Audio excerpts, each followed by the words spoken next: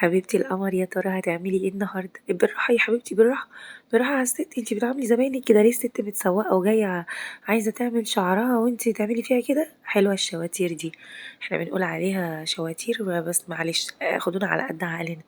بالراحه يا حبيبتي، في ايه؟ طب انتي هما مضايقينك؟ انتي مضايقناهم؟ طب انتي ليكي عندهم فلوس؟ طب اللبانه بتاكليها كده ليه؟ عايزه اعرف. معلش بصي استحمليني، انا عندي برد واختك تعبانه وخلقها ضيق، والدنيا صيام. قوليلي بقى حبيبتي، ليه كده؟ ايه الريحه دي؟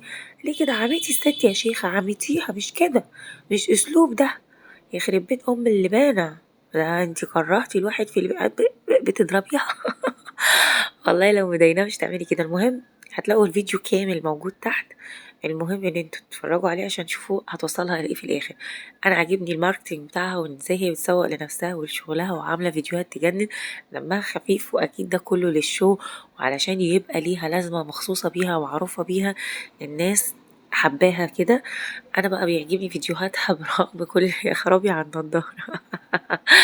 على طول بصة للكاميرا. طب وشعر الست يا حبيبتي، يا حبيبتي شعرها، بس والله في الاخر خليته لها قمر حلو يعني. الست خرجت مبسوطة. يا اختي يا ناس على الضحكة، يا ناس بصوا مبسوطة، اتضربت ومبسوطة.